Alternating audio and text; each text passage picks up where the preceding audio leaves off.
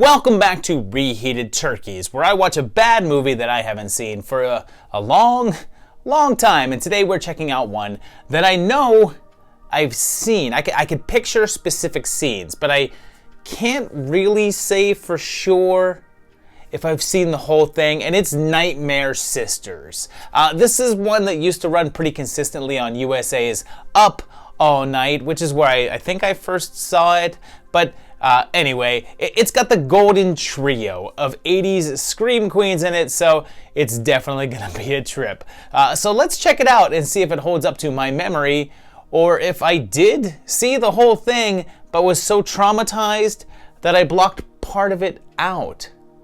So, back in 1988, Nightmare Sisters was released from director David Ducatu and begins with old Dookie Flyswatter as a fortune teller doing some sort of accent. I'm not sure what this is supposed to be.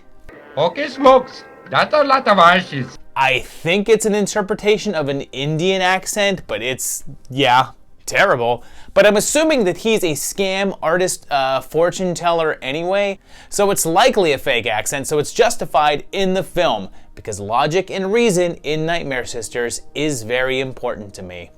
If you don't know Dookie, he's been in a ton of low-budget horror flicks and is the singer of the band Haunted Garage, and you may know him best as the voice of Uncle Impy from Slimeball Bolorama. This whole fortune teller thing goes on for a really long time and ends with Omar having his head removed by a creature from the crystal ball, although you can clearly see his body right here. Plus, the makeup on the demon hands is coming off and you can clearly see the actor's real skin underneath. 1080p does not really do old effects a lot of favors. Oh, and by the way, those hands belong to Linnea Quigley.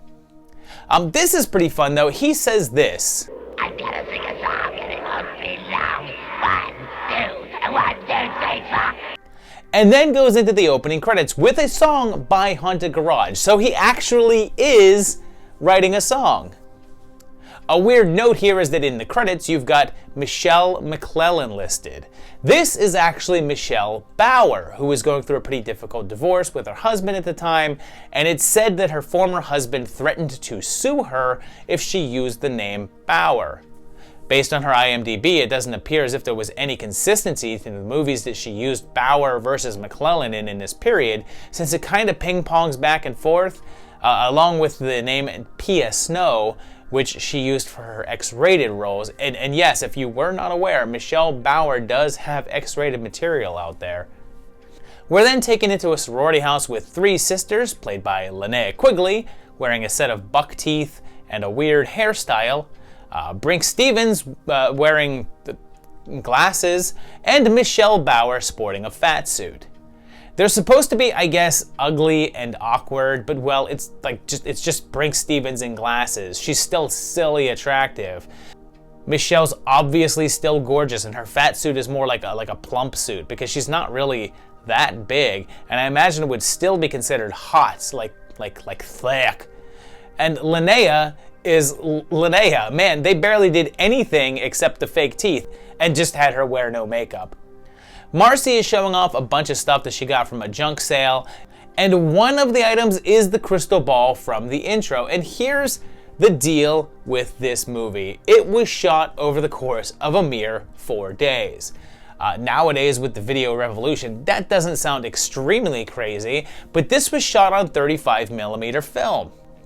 It was a bet that Ducatu made, challenging him to put together a full film in one location using the short ends of the film stock remaining from Sorority Babes in the Slimeball Bolorama, which is why it features the same cast. He just asked them on that set of that movie to do this little 4-day thing, and they did.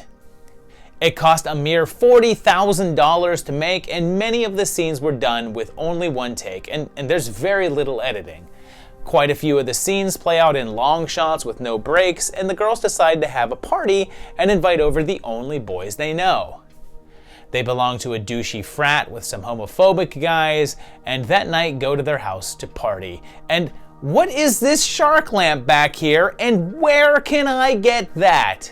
I looked online, but it doesn't seem to exist, so I'm guessing it was a spare special effects prop or something, but I want it.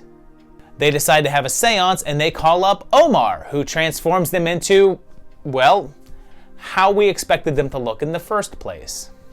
He also removed their tops and gave them saucy underpants as well, but things are clearly a little off, starting with jamming their hands straight into a pie. They decide to take a bubble bath, leading to what I'm pretty sure is the main thing that I remember from this movie, the bath scene.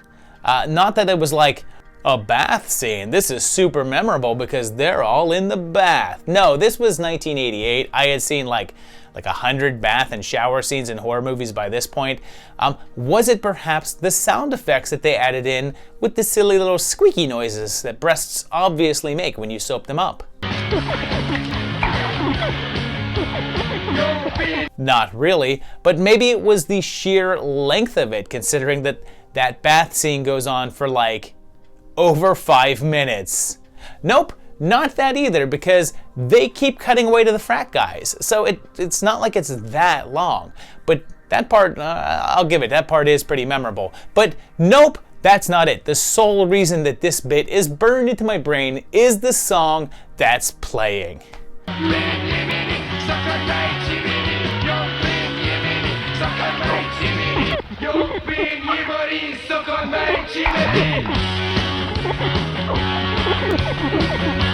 It's a pretty classic track, and it's also by Haunt the Garage, and sadly is not available for purchase and is not on Spotify.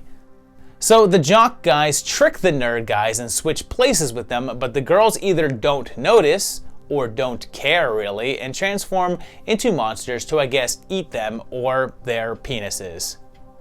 Linnea performs the song Santa Monica Boulevard Boy, which was a song by her band Linnea Quigley and the Skirts, which also is nowhere to be found and listened to, damn it.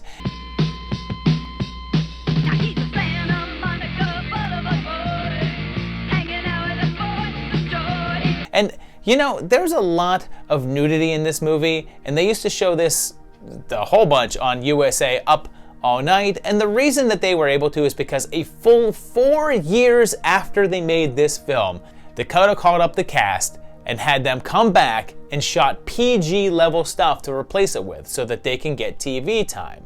They swapped out the transformation scene, the pie scene, Linnea's song, and took the bath out completely and then just changed it for a sequence with the girls tossing balloons on a mattress. I've actually had to include more footage from that version here because there's just so much damn nudity in the regular version. They call up an exorcist who you may remember as the keeper of the hobgoblins, but he says that the movie The Exorcist was based on him, and he says that the girls are succubi. They catch them in a net, and it's pretty clear to see how this is holding them. I mean, there's clearly no way out of this net here. And then they banish the demon, and it's this pretty cool effect that I think is a puppet. And I'm watching this right now, and I think I've seen this movie more than once back in the day, but I'm pretty sure that I've never actually seen this far. I don't remember any of this whatsoever. They throw the crystal ball in the backyard, breaking it and banishing the demon. And the girls are set free, but they retain their sexy forms. The film ends with them playing Twister, but I guess that the magic is still theirs. So yeah, my memories of this one were apparently pretty limited. I definitely remember the setup and everything, but once it got to the penis chomping, none of it is really that familiar. So I have a feeling that I was just watching this one for the bath, I suppose, and for how it holds up to my memories, it did a little better than I was expecting. Knowing that this was filmed in 4 days with basically no money is normally not a good sign, but this had more production value than I was expecting. You'd think that it would just end up being endless long shots of people talking in a room, but they switched up what was happening enough that it never became boring, and it's silly and it's fun. Having an awareness of how low the budget was and the time constraints certainly helps because you sort of know what to expect going in, that's for sure. And I'm even doubting the budget that they have listed on IMDb, which says $40,000, which is about half of that of Sorority Babes. Not that that film feels big budget or anything, but if you told me that this one was only half of the price of that one, I'd be a bit skeptical. They saved money by making or providing their own costumes and doing their own makeup, and the entire thing was shot at the producer's rented house. It used to be hard to find too, since the distributor went out of business, but there was only around 2,000 copies floating around out there, and it has since been restored and reissued and is now pretty easy to find. And overall, yeah, I still enjoyed this one. It's certainly an old school exploitation film and not much more, but I had a good nostalgic chuckle. So there you have it, Nightmare Sisters Reheated after not watching it for about 20 years or so. And yeah, I had fun with this. It's still pretty enjoyable. It's not a good movie by any stretch of the imagination.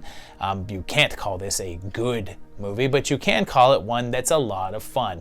There's some good stuff going on, a handful of good effects happening, and yeah, if you love those 80s Scream Queens, you can't go wrong.